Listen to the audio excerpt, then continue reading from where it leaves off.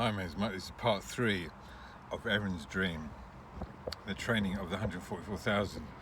Let me carry on from where I carried on. As I said, the days all seem to be jumbled on purpose though, except I had more recollection about the training we received on the Thursday than the other days. We were training against extreme conditions, different environmental storms. We were also to be instructed on the use of these for God's purposes under his instructions. To our surprise, one of the things we were taught to do was call down snow from his storehouses in heaven. Remember the two witnesses can control on environmental stuff and plagues. This was not just a bit of snow lightly falling either, it was a full-blown blizzard. I looked down at my feet and started to snigger as I was wearing inappropriate footwear. I was wearing bright yellow canvas boots with heels and a white rubber sole. The instructor smiled at me as I raised my hand to ask a question. Me, how can I do anything in a blizzard with these on? Everyone started laughing with me on this question as each of us seemed to be wearing impractical footwear. The instructor said, "Good question. Sometimes you appear completely out of place for the conditions, yet you are not as far as God is concerned. You will blend in at times and stand out in others. God will not give you something you are unable to function, whether this is a storm, wind, rain, a chaotic scene, or even a battle with the enemy. No matter what you wear or your abilities or what you think are inabilities, God will use all this for his purposes." Me, thanks for explaining this to us. Instructor, laughing, you will not be easily forgotten when appearing before a crowd to stand against them while calling down snow from heaven. You will also not be forgotten when you are able to crush rocks with your hands. No matter what the circumstances, God will equip you. Me, what about when we are in foreign lands or talking with some with foreign tongue?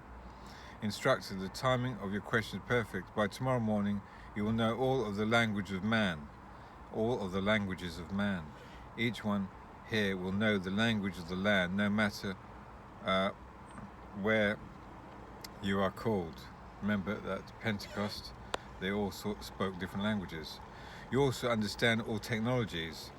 You will be able to know the thoughts of the wicked.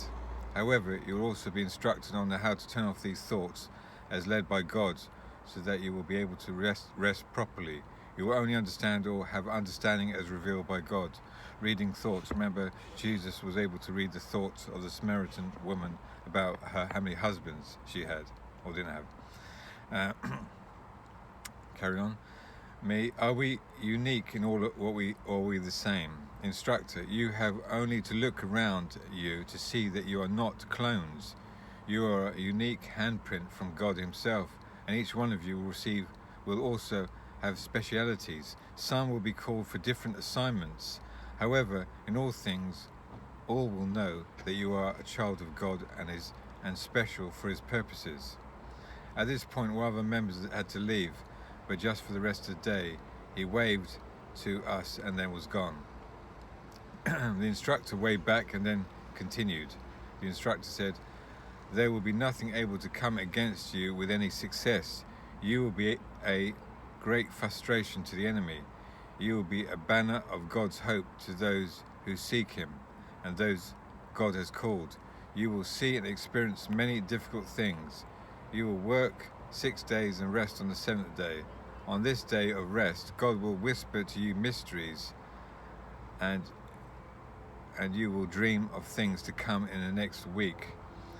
You will heal and display awesome deeds.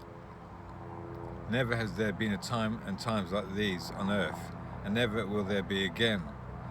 Now take courage. You are here because you are zealous for God.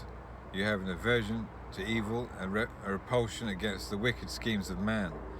When you are present, lying tongues will confess to their deeds, and their vile plans will be on full display to all to see. You will be both hated and revered, as all will confess that you are part of God's army. Although the enemy will create an illusion of grandeur, as he has some knowledge of, or memory of heaven, he will do nothing but accuse God day and night in his attempt to elevate himself above God in heaven. But unfortunately for him, he will instead be exposed by God's remnant. I'll carry on next part. God bless.